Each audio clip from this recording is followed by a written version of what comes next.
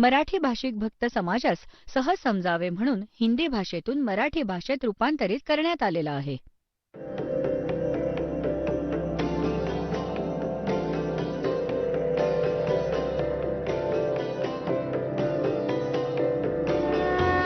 और ज्ञान सब ज्ञानड़ी कबीर ज्ञान सो ज्ञान और जैसे गोला तोब कायम करता चले मैदान. जगद्गुरु तत्वदर्शी संत रामपालजी महाराजांचे अमृत वचन सर्व पवित्र धर्मांच्या व पवित्र शास्त्रांच्या आधारावर. सतगुरुदेव की जय. बंदी छोड़ कबीर परमेश्वर जी की जय. बंदी छोड़ गरीबदास जी महाराज जी की जय. स्वामी रामदेवानंद जी गुरु महाराज जी की जय.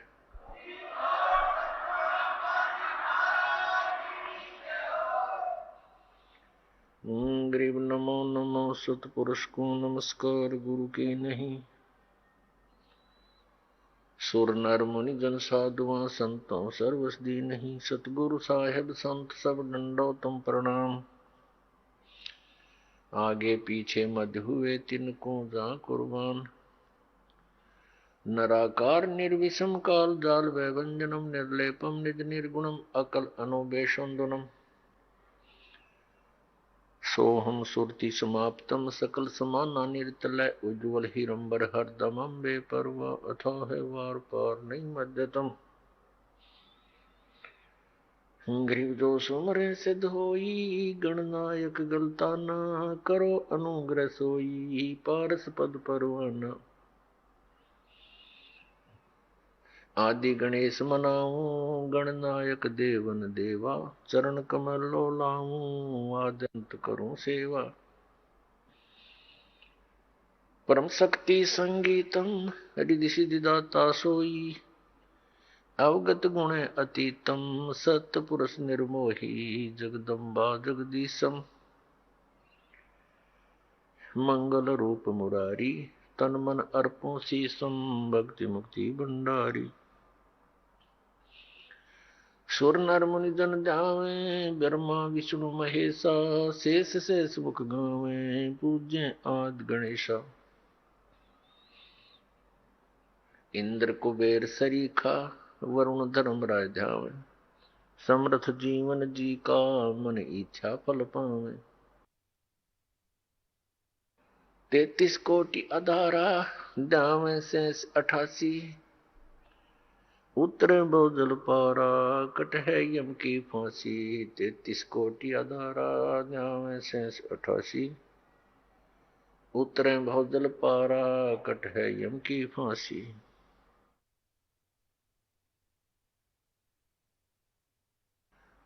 कर जोरूं विनती करूं धरूं चरण पर शीस.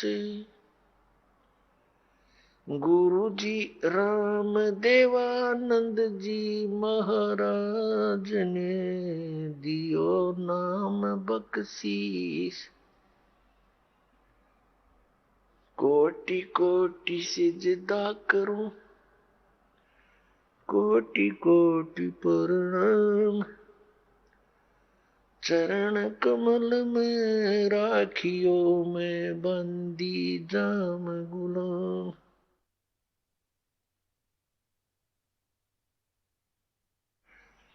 कुत्ता हूँ गुरुदेव का रामपाल दास का नाम.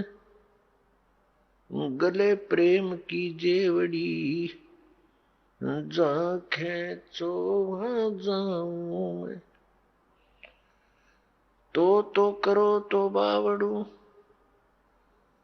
दूर दूर करो तो जाऊं. ज्यों राखो त्यों ही रहूं जो देवो सो खाऊं.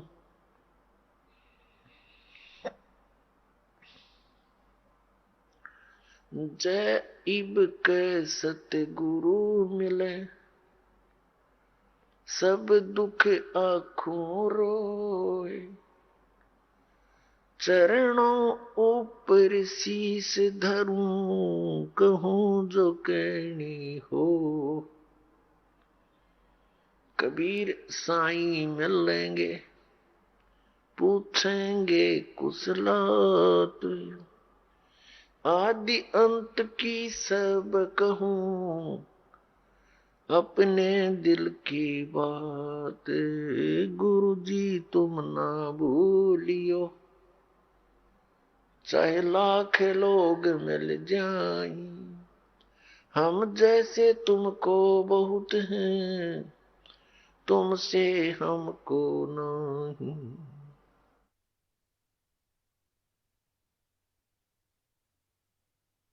परमपिता परमात्मा पूर्ण ब्रह्म सर्वसृष्टी रचनाहार कबीर देव कबीर साहेब जींच्या असीम कृपेने आपण पुण्यात्मा हा सत्संग ऐकत आहात. हे आध्यात्मिक संपूर्ण ज्ञान ऐकत आहात.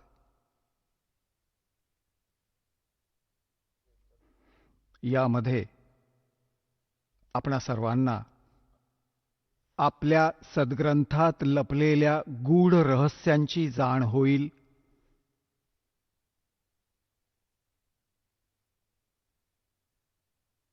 आणि सत्संगात आल्याने जीवाला समजतं की मनुष्य जीवनाचं काय उद्दिष्ट आहे.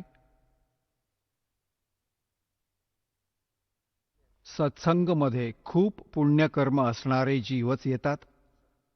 सत्संगमध्ये समजतं की मानुष जन्म पाके जो नहीं रटे हरि नाम, और जैसे कुआ जल बिना बनवाया क्या काम. परमात्मा आपल्याला आठवण करून देतात. मनुष्य जीवन प्राप्त करून जर जीव परमात्म्याची भक्ती करत नसेल, त्याचं जीवन असं व्यर्थ आहे जसं ज्या आडामध्ये, ज्या विहिरीत पाणी नसेल, बाकी त्याचं सगळं बांधकाम उभं असेल, पक्की विहीर उभी असेल, मस्त त्याच्यावर बादली ठेवलेली असेल, पण पाणी नसेल तर निरुपयोगी आहे. अगदी अशाच प्रकारे मनुष्य जीवन प्राप्त जीव जर परमात्म्याची भक्ती करत नसेल तर त्याचं जीवन त्या आडरहित, त्या पाणीविरहित आडासारखं आहे. आता त्या विहिरीचं नाव विहीर जरूर आहे, परंतु गुण विहिरीचे नाहीत. अगदी याचप्रमाणे जो मनुष्य नाव असणारा जीव परमात्म्याची भक्ती नाही करीत, त्याचं नाव मनुष्य जरूर आहे, परंतु गुण मनुष्याचे नाहीत. आता पुण्यात्म्यांनो, आपण पाहतो की परमात्म्याची ओढ असणाऱ्या पुण्यात्म्यांची कमी नाहीये. जिथेही ज्या संतांकडे आपण पाहतो, लाखोंच्या संख्येने हे पुण्यात्मे कल्याण करवून घेण्यासाठी, कल्याणार्थ तिथे पोहोचतात. आणि जी काही ते गुरुदेव साधना सांगतात, कृती सांगतात, ते श्रद्धाळू पूर्ण श्रद्धेने ते करतात. आणि जे बिलकुल भक्ती करत नाहीत, त्यांचीही कमी नाही. पुण्यात्मा जे भक्ती अजिबात करीत नाहीत, ते तर अगदी त्यांच्या मनुष्य जीवनाचा नाश करीतच आहेत. त्याचबरोबर जे भक्ती करत आहेत आणि शास्त्रविधी टाळून मनमानीचे आचरण करतात, अज्ञानी गुरूंच्या जवळ बसले आहेत, तर तेही खूप मोठ्या भ्रमात आहेत. तेही त्यांच्या आयुष्याचा नाश करत आहेत. तर पुण्यात्म्यांनो, परमात्म्याच्या प्राप्तीसाठी प्रयत्नशील जीव ह्या गोष्टीशी परिचित असतो की परमात्मा गुरुशिवाय प्राप्त होऊ शकत नाही. म्हणूनच गुरूंची आवश्यकता आहे. आणि गुरु करण्यासाठी आपण या महापुरुषांजवळ पोचलो. आता पुण्यात्म्यांनो, खास करून भारतामध्ये बहुसंख्य केंद्रात साधक साधना करीत आहेत. काही जण मंदिरात जाऊन, काही जण व्रत घेऊन हनुमान चालीसा वाचून, किंवा कोणी भगवान शंकरजी किंवा कृष्णाची भक्ती करून, किंवा कोणी तीर्थयात्रेला जाऊन कोणती ना कोणती साधना ते करीतच आहेत, किंवा कोणी गुरु करून. आणि आपण पाहतो इतक्या बहुसंख्येनं जिथं भक्ती करत आहेत माणसं, तर एक विशेष परिवर्तन व्हायला हवंय समाजात. परंतु काहीही परिवर्तन नाही. अनेक दुष्कर्म वाढतच चालली आहेत. हाहाकार माजत आहे. ह्याचं कारण काय आहे?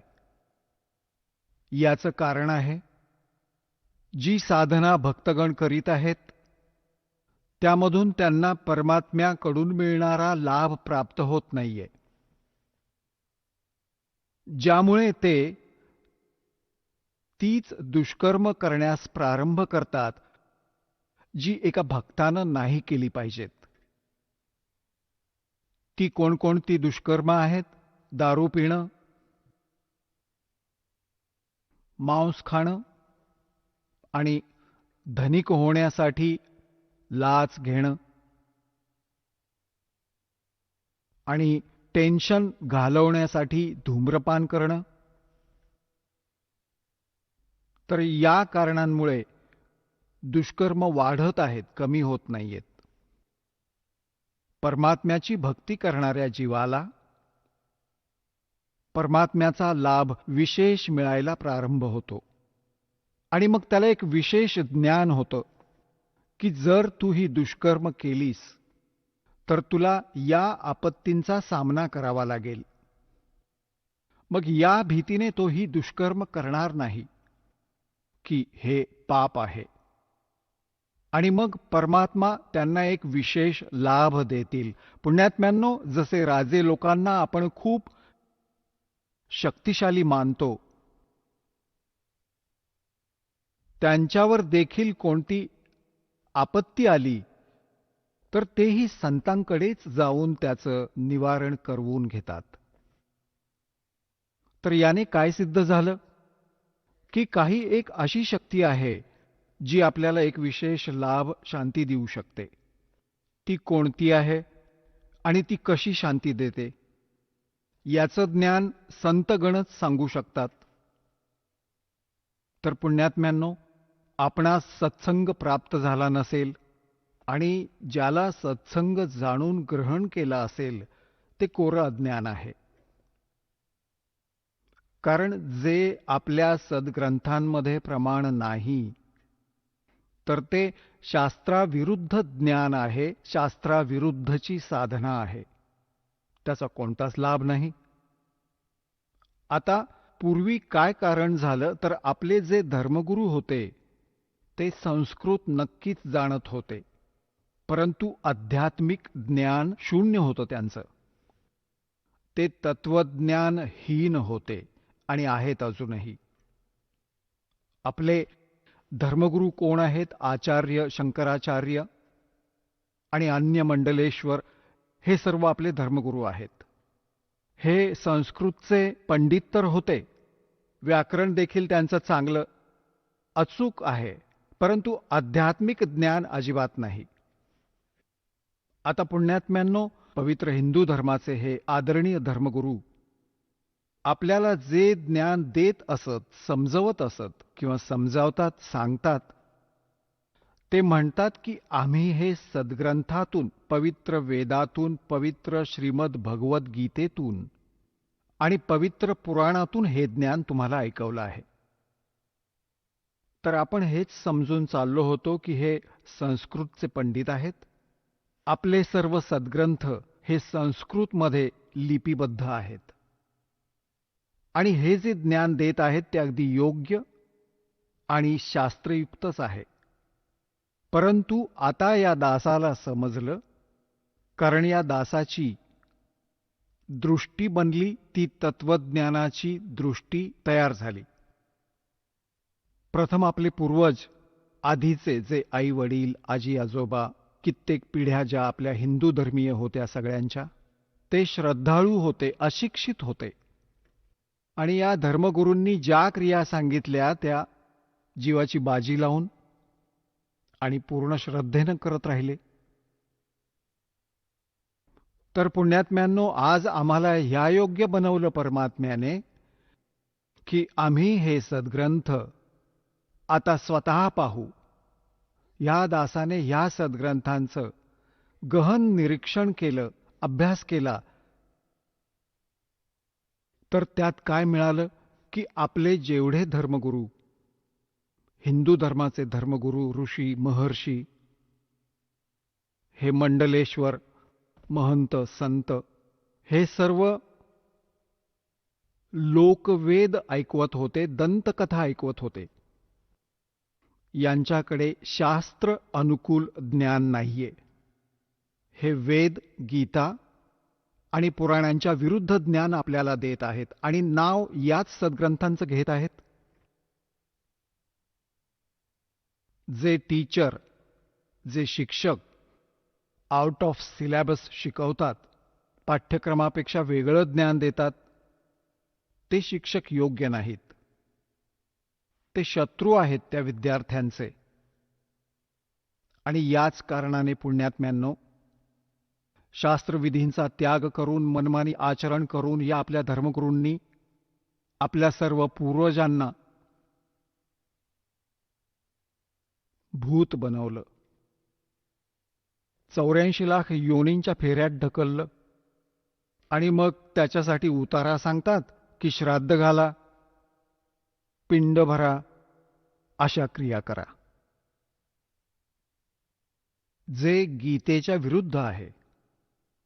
श्रीमद भगवद्गीता अध्याय नंबर 9 श्लोक नंबर 25 मध्ये म्हटले आहे की जे भूत पूजतात ते भूतांना प्राप्त होतात. हे श्राद्ध घालणं, पिंड भरणं, तेरावा करणं आणि अस्थि विसर्जन करणं गती प्राप्त करण्यासाठी, तर ही सर्व भूतपूजा आहे. हे करणारे देखील भूतच बनतील. देवतांची पूजा करणारे देवतांना प्राप्त होतील. पितरांची पूजा करणारे पितर होतील. गीता ज्ञानदाता म्हणतो की माझी भक्ती करणारा मला प्राप्त होईल. आपण भगवंताची भक्ती त्यागून ही भूतपूजा सुरू केली, श्राद्ध वगैरे घालणं, ज्यामुळे आपण शास्त्रविधी त्यागून मनमानी आचरण करत राहिलो आणि मोठे कष्ट उचलत राहिलो. आता पुण्यात्म्यांनो, शिक्षक कोणाला म्हणतात, टीचर कोणाला म्हणतात? शिक्षक आपल्या जॉबचा मास्टर असतो, त्याला टीचर म्हणतात, शिक्षक म्हणतात, मास्टर म्हणतात. ज्या ज्या धर्मगुरूंना समाजाने खुली मुभा दिली की तुम्ही धर्मग्रंथ वाचा आणि आम्हाला ऐकवा आणि आम्हाला ते परमात्म्याचं ज्ञान द्या जे सद्ग्रंथात विद्यमान आहे ते सांगा, त्यांना फ्री केलं. त्यांना दक्षिणा द्यायला सुरुवात केली की आपला निर्वाह चालवा या दक्षिणेतून आणि फ्री आहात तुम्ही, चांगला अभ्यास करा या सद्ग्रंथांचा आणि आम्हाला सांगा. तर त्यांनी, आपल्या धर्मगुरूंनी सद्ग्रंथ वाचले जरूर आणि त्यांचं कंठस्थ पाठांतर देखील केलं संस्कृत भाषेत, परंतु यांना वेद, गीता आणि पुराणातील कख पण माहिती नाही. या आचार्यांना आणि या शंकराचार्यांना यांना आध्यात्मिक ज्ञान नाही. यांना ज्ञान तरी असणार कुठून?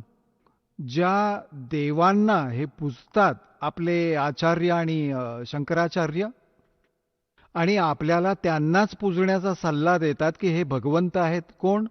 श्री ब्रह्मा, श्री विष्णू, श्री शंकर भगवान इत्यादी. आणि यांना हे परमात्मा म्हणतात, भगवान म्हणतात, ईश म्हणतात. आणि यांची पूजा स्वतः करतात आणि आपल्यालाही करण्याचा सल्ला देतात. तर या देवांनाच आध्यात्मिक ज्ञान नाहीये, श्री विष्णूला, श्री ब्रह्माला, श्री शंकरजींना. तर आपल्या ह्या धर्मगुरूंना, शंकराचार्यांना, आचार्यांना ज्ञान कुठून होणार? आता पुण्यात्म्यांनो, ही कॉन्सेप्ट क्लिअर करण्यासाठी की या देवांनाही ज्ञान नाही, श्री विष्णूजींना, श्री ब्रह्मा, श्री शंकरजींना, आणि दुर्गालाही कंप्लीट ज्ञान नाही, श्री देवीजींनाही. आणि ब्रह्म हे ज्याला हे परमब्रह्म म्हणतात, हे तर आहे ब्रह्म, क्षरपुरुष, ह्यालाही कंप्लीट ज्ञान नाही. आता पुण्यात्म्यांनो, हा मोठ्या विवादाचा विषय होईल जर ही वाक्य इथेच सोडली आणि प्रमाण नाही दाखवलं. प्रथम तर आपल्याला याच पुराणांमध्ये हा दास दाखवेल की ब्रह्मा, विष्णू, शंकर हे भगवान नाहीयेत, हे ईश नाहीयेत. आणि हे आपल्याला आपले धर्मगुरू शंकराचार्य आणि आचार्य हे मंडलेश्वर असं म्हणतात की हे भगवान आहेत. तर यांनी आपल्याबरोबर किती धोका केला आहे. प्रथम तर हे दाखवतात की श्री विष्णू, श्री ब्रह्मा आणि श्री शंकरजींना आणि सतयुगापासून आत्तापर्यंत गुरूंना, ब्राह्मणांना हे शंकराचार्य, आचार्य सर्व ब्राह्मणच आहेत. ब्राह्मण पुण्यात्मा हा काही जाती सूचक नाहीये. ब्राह्मण अशी व्यक्ती आहे जी शिक्षक पदावर विराजित आहे, जे ते कार्य करत आहेत. जसे 4 वर्ण केले, ब्राह्मण, वैश्य, क्षत्रिय आणि शूद्र.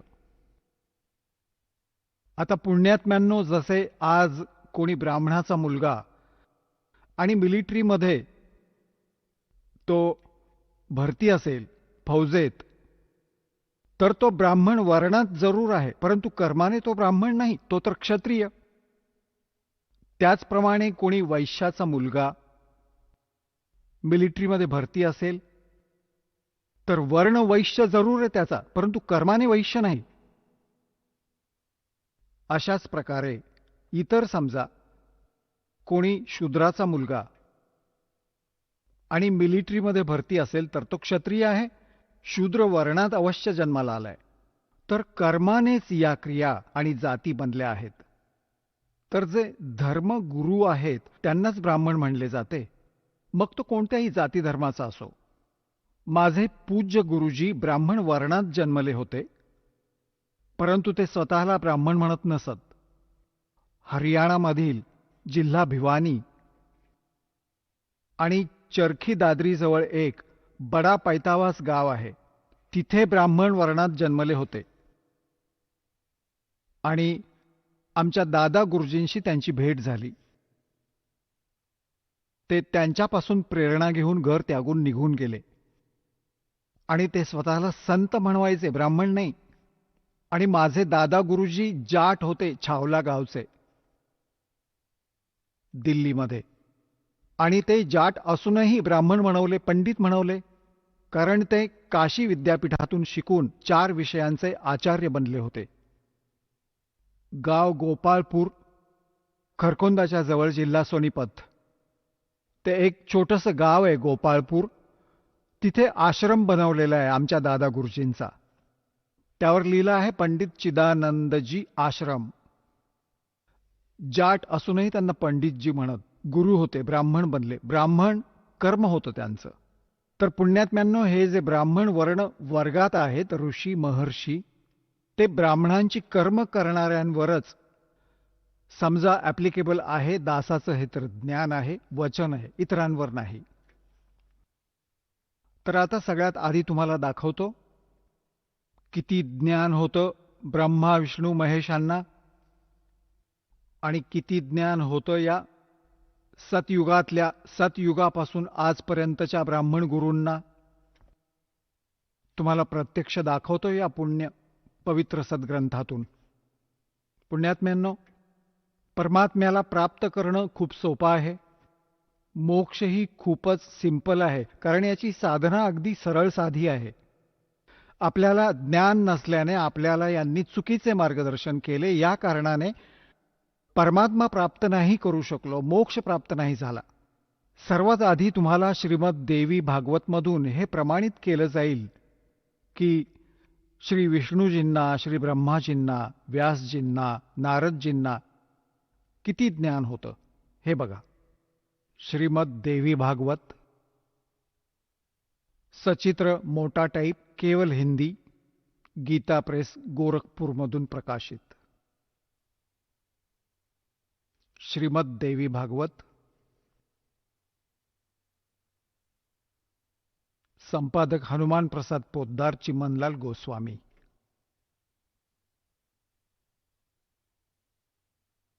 प्रकाशक तसेच मुद्रक आहेत गीता प्रेस गोरखपूर, गोविंद भवन कार्यालय, कोलकाताचे संस्थान. हे त्यांचे फॅक्स आणि फोन नंबर. हे पहा 28व्या पानावर पहिला स्कंद आहे. संक्षिप्त देवी भागवत पहिला स्कंद. नारद मुनी म्हणाले, हे नारद मुनी आणि व्यासांमध्ये बोलणं चालू आहे. नारद मुनी म्हणाले, व्यासजी, तुम्ही ह्या विषयाबाबतीत जे विचारत आहात, अगदी असाच प्रश्न माझ्या वडिलांनी भगवान श्रीहरींना केला होता. देवादिदेव भगवंत जगताचे स्वामी आहेत. लक्ष्मीजी त्यांच्या सेवेत उपस्थित असतात. दिव्य कौस्तुभमणी त्यांची शोभा वाढवतात. ते शंख चक्र गदा धारण करून असतात. पितांबर नेसतात. 4 भुजा आहेत. ते चराचर जगताचे आश्रयदाता आहेत. जगद्गुरु तसेच देवतांचेही दैवत आहेत. असे जगतप्रभू भगवान श्रीहरी महान तप करीत होते. त्यांची समाधी लागली होती. ते बघून माझे वडील ब्रह्माजींना खूप आश्चर्य वाटले. तर त्यांनी त्यांच्याकडून जाणून घेण्याची इच्छा व्यक्त केली. ब्रह्माजींनी विचारले, प्रभू, तुम्ही देवतांचे अध्यक्ष, जगताचे स्वामी आणि भूत भविष्य वर्तमान सर्व जीवांचे एकमात्र शासक आहात. भगवंत, मग तुम्ही का तपश्चर्या करीत आहात आणि कोणत्या देवतेच्या आराधनेत ध्यानमग्न आहात? मला सर्वात आश्चर्य तर याचे वाटत आहे की तुम्ही देवेश्वर आणि साऱ्या संसाराचे शासक असूनही समाधी लावून बसले आहात. ब्रह्माजींचे विनीत वचन ऐकून भगवान श्रीहरी म्हणजे विष्णूजी म्हणू लागले. आता आपण 29व्या पानावर आलोय. पहिला स्कंध. श्रीहरी त्यांना म्हणू लागले, ब्राह्मण, सावधानतेने ऐक. विष्णूजी सांगू लागले ब्रह्माजींना, मी माझ्या मनातील विचार व्यक्त करतो. देवता, दानव, मानव सर्वांना हेच माहीत आहे की तुम्ही सृष्टी निर्माण करता. मी पालन करतो आणि शंकर संहार करतात. परंतु तरीही वेदातील पारगामी पुरुष आपल्या युक्तीने हे सिद्ध करतात की रचणे, पाळणे आणि संहार करण्याची ही योग्यता जी आपल्याला मिळाली आहे, ह्याची अधिष्ठात्री शक्ती देवी आहे. ते म्हणतात की संसाराची सृष्टी करण्यासाठी तुमच्यात राजसी शक्तीचा संचार झाला आहे. मला सात्विक शक्ती मिळाली आहे आणि रुद्रात तामसी शक्तीचा आविर्भाव झाला आहे. त्या शक्तीच्या अभावामुळे तुम्ही या संसाराची सृष्टी घडवू शकत नाही. मी पालन करण्यात सफल नाही होऊ शकत आणि रुद्राकडून संहार कार्य होणेही संभव नाही. ब्रह्माजी, आपण सर्व त्या शक्तीच्या आधारे म्हणजे दुर्गेच्या सहाय्यानेच आपल्या कार्यात सदा सफल होत आलो आहोत. सुव्रत, प्रत्यक्ष आणि अपरोक्ष दोन्ही उदाहरणे मी तुमच्या समोर ठेवतो, ऐका. हे निश्चित आहे की त्या शक्तीच्या अधीन होऊनच मी या शेषनागाच्या शय्येवर झोपतो आणि सृष्टी स्थापण्याची वेळ येताच उठतो. मी कायम तप करण्यात व्यस्त असतो. त्या शक्तीच्या शासनापासून कधीच मुक्त राहू शकत नाही. मी कायम तप करण्यात व्यस्त असतो, हे लक्षात ठेवा. त्या शक्तीच्या शासनापासून कधीच मुक्त राहू शकत नाही. कधी वेळ मिळाला तर लक्ष्मीबरोबर सुखाने वेळ घालवण्याचे सौभाग्य प्राप्त होते. मी कधी दानवांबरोबर राक्षसांबरोबर युद्ध करतो. सर्व जगताला भय पोचवणाऱ्या दैत्यांच्या विक्राळ शरीरांना शांत करणे माझे परम कर्तव्य होते. आणि इथे कमाल केली विष्णूजींनी त्यांच्या तत्वज्ञानाची. मला सर्व प्रकारे शक्ती म्हणजेच दुर्गादेवीच्या अधीन होऊन राहावे लागते. त्याच भगवत शक्तीचे मी कायम चिंतन करतो. ब्रह्माजी माझ्या माहितीत या भगवती शक्ती वाचून मोठी दुसरी कोणतीच देवता नाही. आता हा आहे श्री विष्णूजींच्या आध्यात्मिक ज्ञानाचा निष्कर्ष. श्री विष्णूजी म्हणत आहेत की मी श्री दुर्गापेक्षा मोठ्या कोणत्या देवतेला ओळखत नाही. माझ्या आध्यात्मिक ज्ञानाप्रमाणे ही सर्वात मोठी देवता भगवान आहे. आता पुण्यात्म्यांनो, आपण या लेखात वाचलं, श्री नारदजी विचलित, श्री व्यासजी विचलित. ब्रह्माजींच्या ज्ञानाला तर यांनी सांगितलंच आहे की ब्रह्माजी विष्णूजींना जगतगुरु, देवेश्वर, साऱ्या संसाराचे पालन करता, उत्पत्ती करता सर्व काही म्हणत आहेत. आणि हा काय निष्कर्ष देत आहेत विष्णूजी की मी तर दुर्गाच्या अधीन आहे आणि घोर तप करतो. त्यामुळे ते तप करून काय करतात, बॅटरी चार्ज करतात, मग राक्षसांशी लढतात, मग यांची बॅटरी डिस्चार्ज होऊन जाते, सिद्धीने लढतात आणि मग अशी चार्ज करतात. आता विष्णूजींनी तर सांगितले की मी दुर्गेपेक्षा श्रेष्ठ अशा कुणाला ओळखत नाही, मी दुर्गेची भक्ती करतो. आणि आपल्या धर्मगुरूंना जेव्हा कोणता प्रश्न विचारला जायचा की हे श्री ब्रह्मा, श्री विष्णू, श्री शिवजी हे कोणाची भक्ती करतात, ते सांगायचे, काही तर सांगायचे की स्वतःच्या रूपाचे ध्यान करतात. कोणी म्हणायचे की शंकर भगवान श्री रामाची पूजा करतात आणि श्रीराम शंकरजींची पूजा करतात. आणि काही म्हणायचे की नाही, हे तर कुणाची पूजा करणार, हे तर स्वयं आहेत. आता आपल्या समक्ष आहे की श्री विष्णूजी दुर्गाजींची पूजा करीत आहेत आणि तिला सुप्रीम पॉवर म्हणत आहेत, सुप्रीम गॉड, सर्वात मोठे भगवान, देवता. आता दुर्गाजी काय सांगतात यांची ही 2 वचनं ऐकूयात. हे बघा, 7वा स्कंध, संक्षिप्त देवी भागवत, 562व्या पानावर. इथे देवीकडून हिमालयाला ज्ञानोपदेश, ब्रह्मस्वरूपाचं वर्णन. श्रीदेवीजी काय म्हणतात?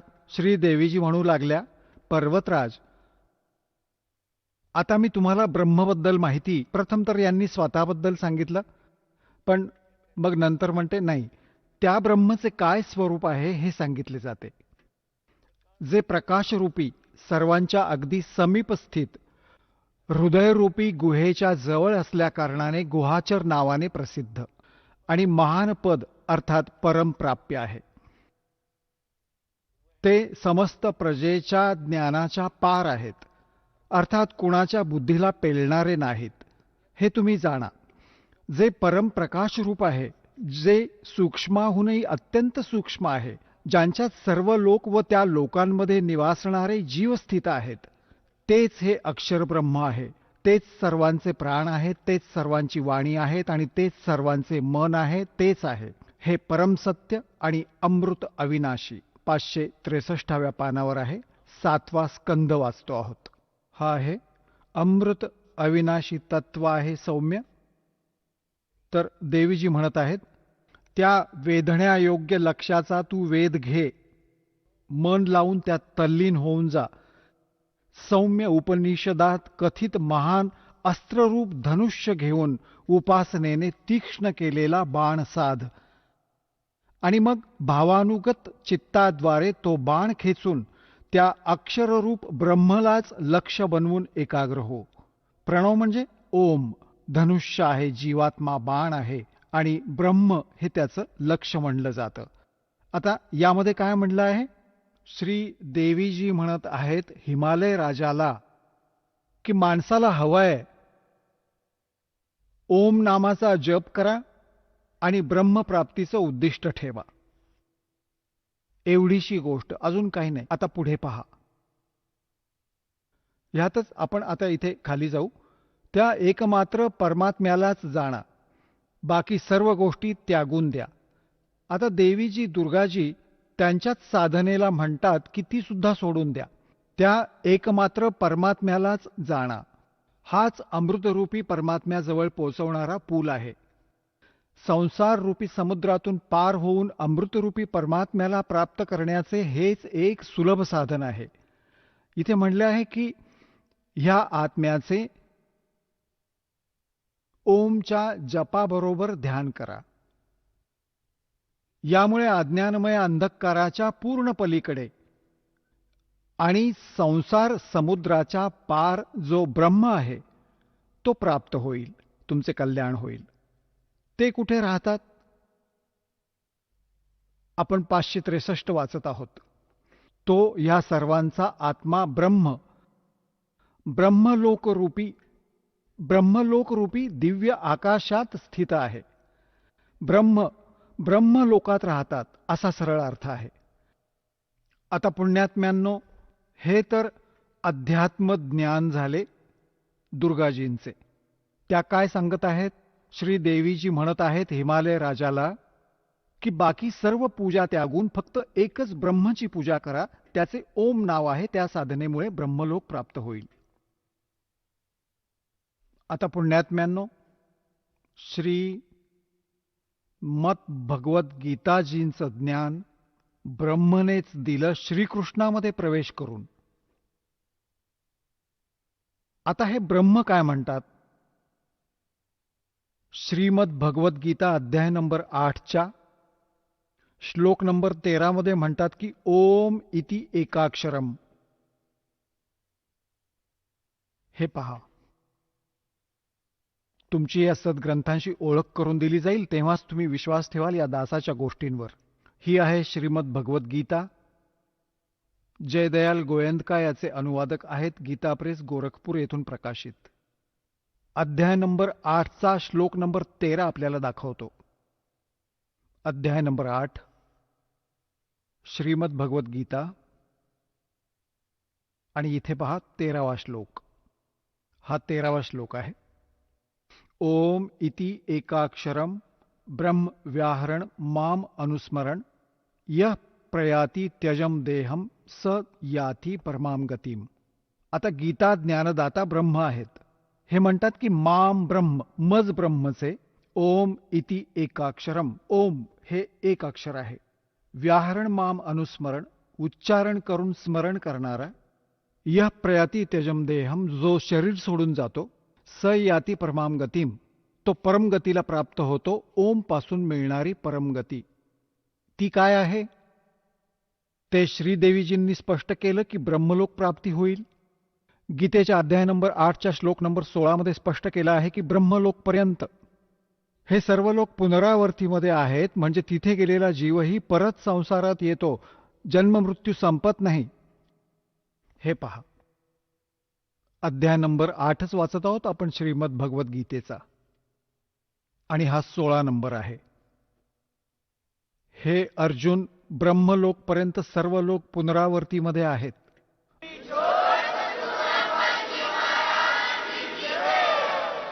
चला आता आपण त्या श्रद्धाळूंचे अनुभव जाणून घेऊयात ज्यांनी जगद्गुरू तत्वदर्शी संत रामपालजी महाराजांकडून दीक्षा प्राप्त केलेली आहे, तसेच त्यांच्याद्वारा सांगितलेल्या भक्ती मार्गावर चालत आहेत. नमस्कार सतसाहेब. आपलं नाव? शशिकांत रामकृष्ण दराडे. आपण कुठून आलात? गाव बाळापूर, तालुका जिल्हा बीड, महाराष्ट्र. आपला व्यवसाय काय आहे? अ, पारंपरिक व्यवसाय वडिलांउपरजित जी शेती आहे, तर शेतकरी कुटुंबातून जन्म झाल्यामुळं एक ग्रॅज्युएशनपर्यंत शिक्षण कंप्लीट केलं आणि नंतर परत कुठलाही काही हे नाही लागल्यामुळं परत मी शेतीच करते आता पण. संत रामपालजी महाराजांची गुरुदीक्षा आपण कधी घेतली? संत रामपालजी महाराजाकडून गुरुदीक्षा घेतली 11 एप्रिल 2013 मध्ये. संत रामपालजी महाराजांची गुरुदीक्षा घेण्या अगोदर आपण व आपला परिवार कोणती भक्ती साधना करत होतात? संत रामपालजी महाराज यांच्याकडून नामदीक्षा घेण्याच्या अगोदर आमचा परिवार आणि मी जे काही पारंपरिक भक्ती असते, जसं की समजा ब्रह्मा विष्णू महेश यांची भक्ती, माता दुर्गाची भक्ती आणि जे काही एकादशीचे व्रत धरणे व दिवसभर उपाशी राहणे, संध्याकाळी काही कीर्तन वगैरेला जाणे, परत नवरात्रामध्ये उपवास धरणे आणि श्रावण महिन्यामध्ये हनुमानाच्या दर शनिवारी जाणे आणि महादेवाच्या मंदिरामध्ये जाणे दर सोमवारी. तर हे काही जे पारंपरिक ह्याच्यानुसार करायची. आणि जर आपल्याकडं संकट आले तर त्यावेळेस आमच्या ह्याच्यामध्ये एक असं इला आमच्या भागामध्ये की नवनाथाच्या पोथीचं पारायण केलं जातं, तर ते पण करत होतो. मग श्रावणाच्या महिन्यामध्ये केले जातं त्याचं पारायण, तर ते 7-7 दिवस करायचं. तर ते असं असतं की समजा त्या माणसानं दुसरीकडं कुठेही जेवण वगैरे काही करायचं नाही त्या 7 दिवसामध्ये. पूर्णतः एकदम त्याचं पावित्र्य सांभाळून 7 दिवस त्याचं हे करावं लागतं, पारायण करावं लागतं. तर ते पण जास्त प्रचलित आहे आमच्या भागामध्ये. तर ही भक्ती करत होतो अगोदर. जसं की तुम्ही सांगत आहात की तुम्ही अगोदर जी महाराष्ट्रामध्ये प्रचलित भक्ती आहे, इतर देवी देवतांची पूजा, पारायण वगैरे हे सगळं करत होतात. असं असतानाही तुम्हाला संत रामपालजी महाराजांची भक्ती किंवा गुरुदीक्षा घ्यावी असं का वाटलं? संत रामपालजी महाराजांची भक्ती घ्यावा असं का वाटलं त्याच्या अगोदर थोडंसं हे सांगू इच्छितो मी की ह्या भक्तीमध्ये मला मोक्ष वगैरे असं काही माहीत नव्हतं. मी आलो होतो फक्त माझ्या दुःखाच्या पाठीमागे. कारण माझ्या जीवनामध्ये एवढे काही कष्ट होते ही भक्ती करत असताना की शेतामध्ये पिण्यासाठी पाणीसुद्धा लागत नव्हतं. जवळपास आपण 13 ट्यूबवेल घेतल्या होत्या शेतामध्ये, तर त्याच्यामधून एकालाही पण पाणी लागत नव्हतं. तो एक आपल्या ह्याच्या पाठीमागं हे होतं, कारण होतं. आणि नंतर शरीरामध्ये एवढ्या व्याधी होत्या तर ते कुठल्याही बिमारी डॉक्टरकडे गेलं तर डॉक्टर हात टेकवायचे, पण कुठल्याही मेडिसिन माझ्यावरती काम करीत नव्हतं. परत जे काही जनावर असते शेती म्हणल्यामुळं कशामध्ये शेतामध्ये कसं असते, जनावराची एक आवश्यकता असते, एक साईड बिझनेस असतो. तर तो जनावर सांभाळताना त्याच्यामध्ये कुठल्याही जनावरापासून मला फायदा होण्याच्या अगोदर आमच्या पूर्ण परिवाराला तोटाच व्हायचा. कारण जर 40,000चं गाय विकत घेतली तर ती आपल्याला 10,000लाच विकून मोकळं व्हावं लागत होता. आणि इतका त्रास वाढत चालला होता की माझ्या शरीरामध्ये हळूहळू एक व्याधी यायला तर सुरुवात तयार झाली होती. दमा होता, मूळव्याध होता, परत सांधे दुखत होते आणि अर्धं डोकं दुखायचं. कधी या साईडनं दुखलं तर दुसऱ्या दिवशी ह्या साईडनं दुखायचं. तर असं भरपूर बिमारी होत्या. उष्णता होती, सर्दीची ॲलर्जी होती आणि दिवसभर कितीही जरी काम केलं तरी झोप येत नव्हती. मग एवढी भक्ती करूनही समजा त्या आपल्याला काही समाधान लाभत नव्हतं. तर मग मला वाटायचे की आपण एवढी भक्ती करतात, मग आपल्याला कमसे कम असं का त्रास होतोय, कमसे कम आपलं जीवन तर सुखी कसं काय जात नाही, आपल्या भक्तीपासून मग परमेश्वर आपलं रक्षण का करत नाही, हे प्रश्न वाटायचे मग नंतर हळूहळू. तर मग मी काय केलं होतं, ते झोप नाही येण्यामुळं मला हळूहळू टी व्ही पाहण्याचं, एक तंबाखू खायची आणि टी व्ही पाहत बसायचं. तर असं करून माझं जे जीवन चाललं होतं. पण हळूहळू असं वाटायचं की मला आत्महत्या करायला पाहिजे. जीवनामध्ये आपल्या काही हेच नाही, अर्थच नाही राहिलेला काही. कारण कुठल्याही ह्याच्यामध्ये यश येत नव्हतं, अपयशी होत चाललं होतं आणि बिमारी माझ्यावरची कुठलीही काही कमी होत नव्हती. सर, तुम्ही सांगत आहात की संत रामपालजी महाराजांच्या शरणात येण्या अगोदर आपल्याला बरेचसे रोग जडलेले होते, नाना प्रकारची बिमारी होती, शरीरामध्ये उष्णता होती. असं असताना तुम्हाला संत रामपालजी महाराजांच्या शरणात यावं असं कसं सुचलं? तर जे नवनाथ तत्वज्ञान हे जे आम्ही पारायण करत होतो त्यावेळेस आम्हाला असं सांगितलं गेलं की हे पारायण चुकीचं झालं तुमच्याकडून, म्हणून तुम्हाला थोडा त्रास होतोय. कारण पारायण झाल्याच्या नंतर लगेच ते पारायण संपलं की आमच्या घरातील व्यक्तीला काही बिमारी होणार किंवा काहीतरी असं विचित्र प्रकार व्हायचा. तर मग आम्ही म्हणलं किंवा थोडं शास्त्र पद्धतीनं जर आपण पारायण केलं तर हे आपल्याला काही त्रास होणार नाही. म्हणून आम्ही काय केलं तर पुणे इथे जाऊन एक गोरक्षनाथ तत्वज्ञानाचं पुस्तक एक घेऊन आलो आणि मग ते पुस्तक वाचलं. त्याच्यामध्ये सांगितलं होतं की 7 दिवस घराच्या बाहेर थांबून कसं पारायण करायचं ते त्याचा विधी दिला होता की आंघोळ करायची, जेवण करण्यासाठी फक्त दुसऱ्यानं नेऊन जेवण द्यायचं, त्याचं ताट पण सेपरेट ठेवायचं. तर तसं करून आम्ही ते 7 दिवस पारायण पण केलं, पण तरी काही फरक पडला नाही. त्याच्यानंतर परत त्या वर्षी पारायण झालं की अजून घरामध्ये ते बिमारी चालू झाली. आईला नागेडा नावाची एक बिमारी आहे इकडं, नागेडा म्हणलं जातं त्याला, तर ती झाली. मग ते झाल्यानंतर असं त्याचा विश्वास उठला की नाही बाबा, म्हणलं ह्याच्यामध्ये काहीच होत नाही. तर त्या पुस्तकामध्ये पण असं दिलं होतं की तुमच्याला एक हरि ओम सोहम असं एक चॅप्टर होतं त्या पुस्तकामध्ये, आणि त्यात दिलं होतं की असे काही तुम्हाला गुरु भेटतील, तर ते गुरु भेटल्यानंतर तुमच्या जीवनातले सर्व क्लेश नाहीसे होतील. आणि ते सद्गुरू असे असतील की ते लाखो मैलावरून तुमचं रक्षण करू शकतात, तुमच्या कुटुंबाचं रक्षण करू शकतात. तर त्यावेळेस मग आम्हाला फक्त असं होतं की ते कुटुंबाचं रक्षण करणं आणि स्वतःचं रक्षण करणं एवढं सुचत होतं. मोक्षमार्गाचं तर काही सुचत नव्हतं आपल्याला. आणि दरवर्षी आम्ही काय करायचो की महाराष्ट्रामध्ये पूर्ण एक 4 व्हीलर करून जे देवी देवत आहेत सर्वांच्या दर्शनासाठी जायचं. ही जी एक अशी भक्ती होती म्हणायचं आमची, की आम्हाला काही माहीत नव्हतं, फक्त दर्शन करण्यासाठी जायचे. गुरु बनवायचे हे सुद्धा काही आपल्याला त्याच्यातलं ज्ञान नव्हतं. तर हे दुःखामुळं मग काय झालं, आम्ही ह्याच्यामध्ये जसं काही पाहिलं की सद्गुरूची ती ओळख दाखवली होती त्याच्यामध्ये थोडी अशी साधना सांगणारे. तर आम्ही थोडं असं गोंधळून गेलोत की म्हणलं बाबा सद्गुरू आपल्याला कुठं भेटणार, हे कोणाला विचारायचं आपण की तुम्हाला भक्ती येते का. मग झोप तर येतच नव्हती काम करून. मग असं डोक्यामध्ये आलं की आपण हे टी व्हीवरती जर पाहिलं तर याच्यावर भरपूर काही सत्संग येतात. मग थोडासा आध्यात्मिकडं कल झाला की नाही कुठंतरी आपल्याला सद्गुरू मिळतील. मग आम्ही ते सत्संग पाहायला चालू केला. तर सत्संगमध्ये देवकीनंदन ठाकूरजी महाराज त्यांचे काही दिवस सत्संग पाहितले. तर त्यांचं ज्ञान तिथपर्यंत सांगितलं त्यांनी की कृष्णापर्यंतची भक्ती तर अगोदरच आम्ही करत होतो. म्हणलं ही करून तर काहीच आपल्याला काही लाभ मिळाला नाही, आता काय लाभ मिळणार आहे.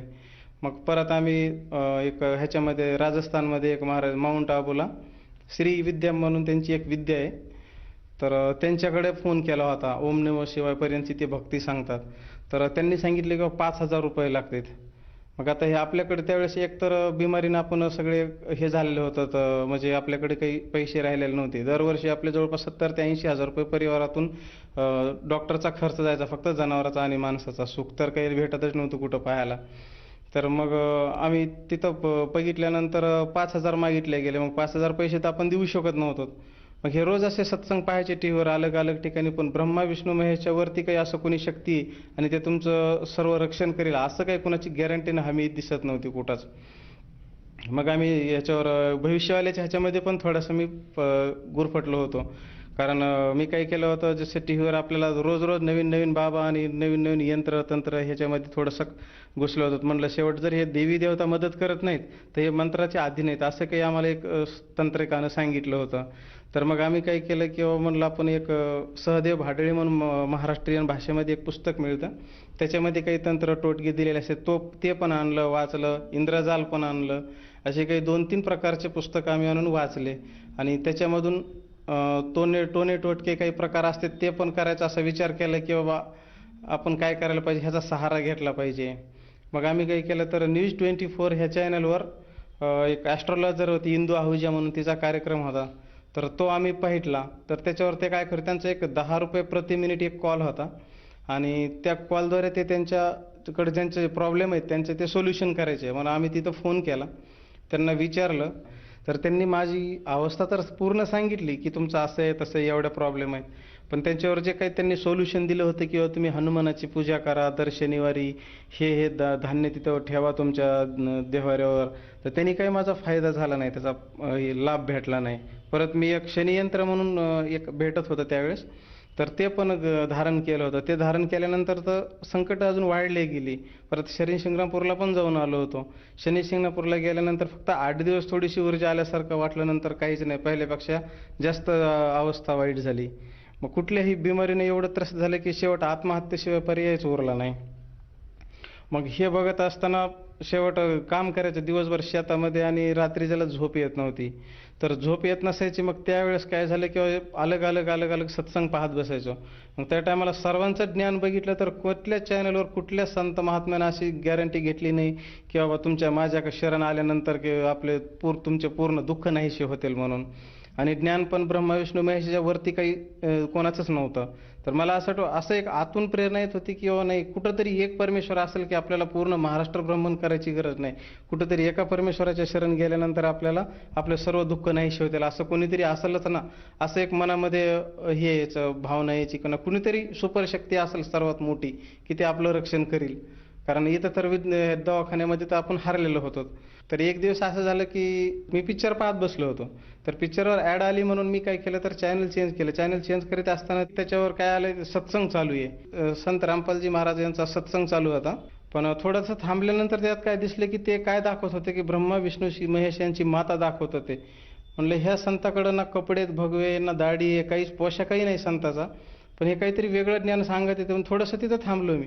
तर त्या दिवशी त्यांनी काय सांगितलं, ब्रह्मा विष्णू महेश यांची माता आणि पिता त्यांनी याच्यामधून श्रीमद देवी भागवतमधून दाखवलं की त्यांची माता दुर्गा आहे. आणि थोड्या वेळाने लगेचच त्यांनी दाखवलं शिवमहापुराणमधून की कालब्रह्मा हा त्यांचा पिता आहे. तर मी थोडंसं असं विशेष वाटलं, म्हणलं की नाही, म्हणलं हे आतापर्यंत जे ज्ञान ऐकले त्याच्यापेक्षा काहीतरी वेगळंच आहे म्हणलं हे. तर म्हणलं इथं आपण बघायला पाहिजे, थोडा वेळ द्यायला पाहिजे म्हणलं ह्या सत्संगला. मग हे काय केलं, तर आम्ही सत्संग बघितले दुसऱ्या दिवशी परत.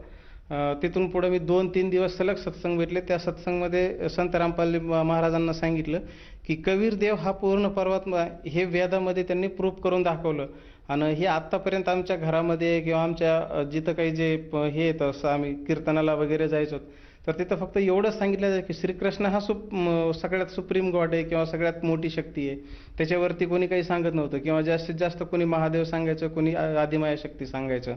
मग हे असे संत मी पहिलीच वेळेस बघितले की त्यांनी कबीरदेव हा पूर्ण परमात्मा हे पुराव्यासहित सिद्ध करून दाखवलं.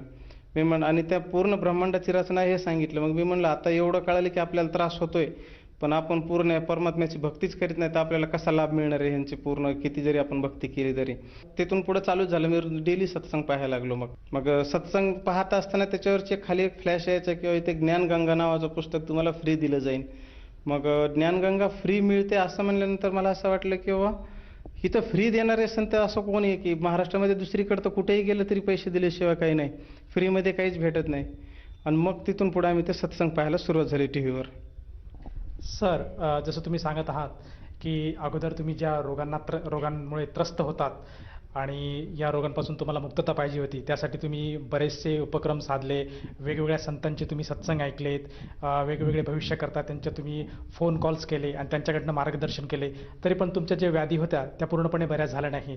असं असताना तुम्ही नंतर संत रामपालजी महाराजांचं सत्संग ऐकलं आणि याचा सत्संगामधून तुम्ही ज्ञान अर्जित करून नामदीक्षा घेतली. तर या नामदीक्षेमुळे जे आपल्याला जे काही रोग होते, ज्या काही व्याधी होत्या, त्या बऱ्या झाल्यात का? सर्वप्रथम तर नामदीक्षा घेण्याच्या अगोदर सत्संग पाहिल्यानंतर पुस्तक मागवलं. पुस्तक मागवल्याच्या नंतर मी ते 6 महिने गेले आम्हाला ते पुस्तक वाचण्यामध्ये. आणि इथून पुढं मग असा प्रश्न निर्माण झाला की जायचं तर संत रामपालजी महाराज यांच्याकडं कसं जायचं, कारण हरियाणा ह्या भागामधलं कोणालाच काही माहिती नव्हतं. तर तिथून मग आम्ही जसं काही संत रामपालजी महाराजाच्या दयेने 1 वर्षानंतर तिथे गेलो, आश्रममध्ये गेलो आणि तिथून नामदीक्षा घेतली. नामदीक्षा घेतल्याच्या नंतर जशी भक्ती चालू झाली तसं हळूहळू जसं काही आमचे प्रत्येक वेळेस दर्शनाला जायत येत त्याच्यामध्ये इतकं प्रत्येक वेळेस एक चक्कर म्हणजे एक व्याधी दूर झाल्यासारखं हळूहळू ती एकही व्याधी राहिली नाही. आजपर्यंत जर बघितलं तर कुठलीही बिमारी शिल्लक राहिली नाही शरीरामध्ये. ना दमा आहे, ना सर्दीची ॲलर्जी आहे, ना सांधेदुखी, ना डोकेदुखी, ना मूळव्याध आहे, कुठलीही बिमारी शिल्लक राहिलेली नाही आजपर्यंत. सर्व शरीर माझं एकदम स्वस्थ झालेलं. आज कुठलेही म्हणजे रोग शिल्लकच नाही म्हणायचं. आज टॅबलेट लागतच नाही, मलाच नाही तर माझ्या परिवारामध्ये पण लागत नाही कोणाला. संत रामपालजी महाराजाकडून नामदीक्षा घेतल्याच्या नंतर मला असं एकही दिवस वाटलं नाही की ते तंबाखू घ्यावा किंवा कुठलं काही व्यसन करावं, अशी इच्छाच झाली नाही. त्याच्याकडे जे विकार जे शरीरामध्ये भरपूर अगोदर होते की इतका राग यायचा, असं वाटायचं कधी कधी की ह्याला थोडं काही झालं तर असं वाटायचं समोरच्या व्यक्तीला मारावा किंवा हे करावं. तर हे जे विकार होते ते सगळे नष्ट झाले आणि आज मला कुठल्याही ह्याच्याकडे जाऊ वाटत नाही की तंबाखू किंवा सिगारेट किंवा दारू हे असं काही बिलकुलच नाही. कुठल्या ह्याच्याकडे माझं बिलकुलच म्हणजे ओढत जात नाही की ती घ्यावा, अशी इच्छाच होत नाही त्या भक्तीमुळं. सर, जसं तुम्ही सांगत आहात की संत रामपालजी महाराजांकडनं नामदीक्षा घेतल्यानंतर आपले जे जुने आजार होते ते पूर्णपणे बरे झाले. आज आता आपल्यामध्ये पूर्णपणे कुठल्याही प्रकारची तुम्हाला 1 रुपयाची औषध लागत नाही. आणखीन या व्यतिरिक्त आपल्याला काही आर्थिक, शारीरिक किंवा मानसिक लाभ प्राप्त झालेत? भरपूर लाभ प्राप्त झाले. तर असं लाभाविषयी जर बोलायचं गेलं तर किती वेळ दिला तरी कमीच पडतोय. कारण एवढे लाभ झाले. जसं शरणमध्ये गेल्याच्या नंतर मी 7 ते 8 महिन्यानंतरच परमात्म्याला म्हणलं होतं की नाही परमात्मा, तुम्ही जर सुप्रीम पॉवर आहात आणि जर माझे दुःख सगळे दूर करणार आहेत, तर मला फक्त काय करा, जिथं मला 13 ट्यूबवेल घेऊन शेतामध्ये पाणी लागत नव्हतं, तिथं संत रामपालजी महाराजाच्या दयेनं त्यांना फक्त प्रार्थना लावली. म्हणलं मला ट्यूबवेल घ्यायचा, फक्त पाणी पिण्यासाठी मला हवंय म्हणलं. तर जसं काही ट्यूबवेल लावलं तर 80 फुटाला पाणी असं लागलं सर की ते आत्तापर्यंत बंद नाही अजून. हे झालं फक्त त्या ट्यूबवेलचा. त्याच्या व्यतिरिक्त जनावरं जी काही आम्हाला 40,000चं जनावर गाय घेऊन 10,000मध्ये विकावं लागत होती, तर ते पण बंद झालं. ते कधी एक जनावर जरी घेतलं तरी ते शेवटपर्यंत ते व्यवस्थित राहते. त्याला एक रुपयाचं पण औषध लागत नाही जनावराला. आणि अगोदर तर काहीच हे राहत नव्हतं. आणि ज्या शेतामध्ये आम्हाला पहिले समजा 60-70 हजार रुपयाचं जे उत्पन्न निघत होतं, त्याच्या आज तिप्पट पटीनं 64 पटीनं उत्पन्न त्याच शेतीमधून निघायला लागलं. परत आणि आर्थिक बाबतीत म्हणलं तर शेतीमधून जे काही उत्पन्न निघतं त्याच्यामुळं तर आपली वृद्धी झालीच झाली. पण जिथं अगोदर फक्त एक 2 व्हीलर भेटणं मुश्किल होतं, तिथं परमात्मानं 2-2 2 व्हीलर आणि 4 व्हीलर पण दिल्या. एवढी संत रामपालजी महाराजांच्या भक्तीमध्ये आल्यावर मला लाभ मिळाला. सर, जसं तुम्ही सांगत आहात की संत रामपालजी महाराजांकडनं नामदीक्षा घेतल्यानंतर आपल्याला बरेचसे लाभ प्राप्त झालेत, तर या अनुषंगाने आपण इतर भक्त समाजाला काय संदेश द्याल? संदेश तर देण्याची माझी काही हे लायकी नाही आहे. पण परमात्माचं एक दास सेवक म्हणून आपण फक्त एवढं विनंती प्रार्थना करू शकतो सर्व महाराष्ट्रीयन बंधूंना, बंधू भगिनींना, माता भगिनींना, बांधवांना, की हे जे माणूस जीवन आहे ते एकदम अनमोल आहे. आणि ते फक्त संत रामपालजी महाराज यांनी दिलेली जी भक्ती मार्ग आहे, त्याच भक्ती मार्गाने आपल्याला मोक्षही प्राप्ती होऊ शकते. आणि जे माझ्यासारखे दुःखी आहेत त्यांचं दुःख पण दूर फक्त तिथंच होऊ शकतं. अन्यथा दुसऱ्या कुठल्याही भक्तीमध्ये कुठल्याही भविष्यवाल्याकडं गुंतवून फक्त आपण पैशाचा नाश करून घेऊ शकतो. बाकी आपल्याला सुख लागू शकत नाही दुसरीकडं. सर, जर कोणाला संत रामपालजी महाराजांची नामदीक्षा घ्यायची असेल तर ती व्यक्ती नामदीक्षा कशी घेऊ शकेल? जर संत रामपालजी महाराज यांच्याकडून नामदीक्षा घ्यायची असेल तर सत्संगच्या वेळेस जे स्क्रीनवर नंबर फ्लॅश होते त्याच्यावरती फोन करून आपण कुठल्या इलाक्यामधून आहेत हे सांगून तुम्ही तिथं संपर्क साधू शकता. आणि संत रामपालजी महाराजांच्या दयेनं प्रत्येक जिल्ह्यामध्ये, महाराष्ट्राभर, पूर्ण भारतात म्हटलं तरी सर्व ठिकाणी नामदान केंद्र चालू आहेत आणि तिथं संपर्क करून नामदान घेऊ शकता. सर, जसं तुम्ही सांगत होता की पूर्वी तुम्ही जो तुमचा आजार होता त्या आजार दूर करण्यासाठी बरेचसे पैसे खर्च केले, नाना प्रकारच्या फीज दिल्यात. तर जसं तुम्ही संत रामपालजी महाराजांची नामदीक्षा घेतली आणि इतर भक्तांना जर नामदीक्षा घ्यायची असेल तर त्या नामदीक्षेसाठी कुठल्या कुठल्या प्रकारची फीज आकारल्या जातात किंवा किती खर्च येतो? संत रामपालजी महाराजाकडून जर नामदीक्षा घ्यायची असेल तर आपल्याला इथं कुठल्याही प्रकारची फीस किंवा 1 रुपयाही खर्च करायची जरूरत नाही लागत.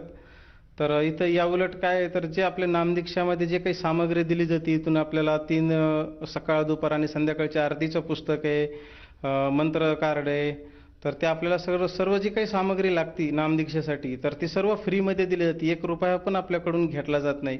आणि त्यांच्याविषयी जे काही हे भ्रम दिलेलं आहे की पैसे घेतले जाते पेपरमध्ये किंवा TV मध्ये जे आपण पाहिलेलं आहे ते पूर्णपणे गलत आहे. कारण जे बाहेर जे लोक आहेत, बाहेर जो समाज आहे, संत रामपालजी महाराज यांच्या व्यतिरिक्त जो काही समाज आहे तो फक्त पैसेच घेऊन सगळं काही करतो. त्याच्यामुळे इथं बाहेरच्या समाजाला असं वाटतं की पैसे घेतले जातात किंवा हे खोटे सगळे.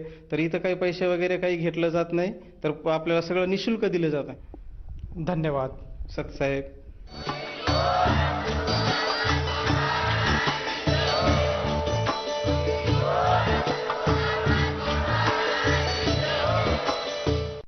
आपण ऐकत होता जगद्गुरु तत्वदर्शी संत रामपालजी महाराजांचे मंगल प्रवचन. निशुल्क नामदीक्षा प्राप्त करण्यासाठी आणि अधिक माहितीसाठी संपर्क करा 7030303951 7030303952. आमची वेबसाईट आहे www.jagadgururampalji.org.